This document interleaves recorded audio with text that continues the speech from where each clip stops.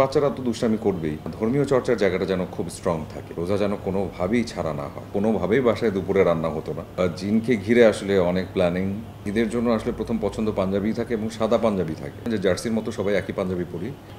আমাদের বাসার প্র্যাকটিসটা একেবারেই আলাদা। আমাদের বাসায় আসলে নামাজ আর রোজার জায়গাটা খুব ছোটোবেলা থেকে খুব স্ট্রংলি মেনটেন করা হয়। এবং যেটা মনে পড়ে ছোটোবেলায় যে এমন ছিল যে দুপুরে রান্না হতো না। সেহরির সময় উঠতেই হবে, সবাইকে খেতেই হবে। এবং মার যেমন একটা চাওয়া ছিল যে যেমন বাচ্চারা তো দুষ্টামি করবেই, খেলাধুলা করবেই, কিন্তু ধর্মীয় চর্চার জায়গাটা যেন খুব স্ট্রং থাকে।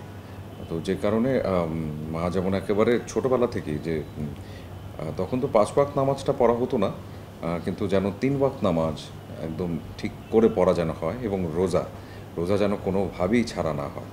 তো ওটার জন্য আসলে খুব স্ট্রিক্টলি যেটা হতো যে কোনোভাবেই বাসায় দুপুরে রান্না হতো না। এবং বাইরে গিয়ে যে তুমি টুকলি ফাইন করে খেয়ে এসে বলবা, সেটাও অ্যালাউ হতো না।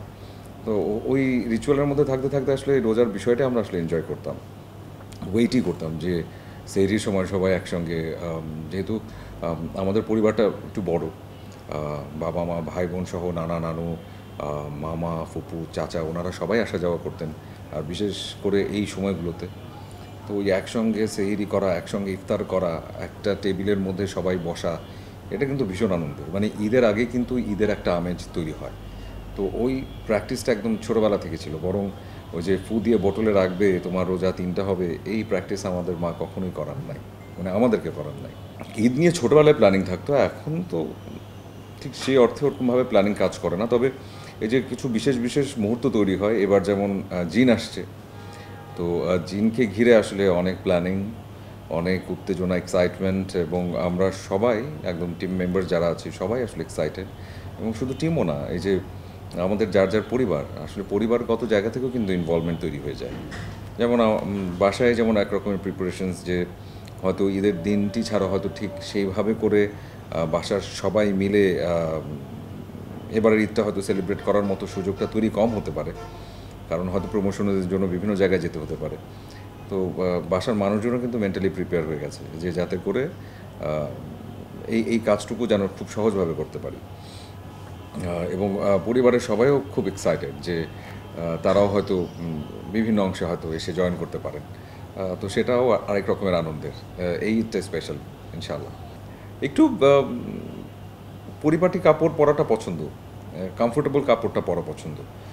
এমনি থেকেও আমি খুব পাঞ্জাবি পছন্দ করি। জুম্মার দিন তো পাঞ্জাবি পরা হয়। এছাড়াও আসলে যেই পরিবার ভিত্তিক যেই প্রোগ্রামগুলো হয় সেগুলোতেও আসলে পাঞ্জাবি পরার একটা রিচুয়াল আছে। তো ঈদের জন্য আসলে প্রথম পছন্দ পাঞ্জাবি থাকে এবং সাদা পাঞ্জাবি থাকে। এবং আমাদের বাসার সবাই, একেবারে সবাই একদম সাদা পাঞ্জাবি পরেন। সাদারই হয়তো বিভিন্ন শেডস পরেন, কিংবা সাদার মধ্যে হয়তো কিছু ডিজাইনস কিংবা কালার্স থাকে হয়তো, কিন্তু সাদার বাইরে পরা হয় না। আর সেটাও আসলে নিজের এখন কেনা হয় সেটাও আমার মনে হয় না এখন। যেটা হয় যে ওই যে দেখা যায় আম্মা কিংবা আপা আছেন, একদম সবার জন্য কেনা না। মনে হয় অনেক সময় যে জার্সির মতো সবাই একই পাঞ্জাবি পরি, এবং সেটা পরেই নামাজ পড়তে যাই সবাই।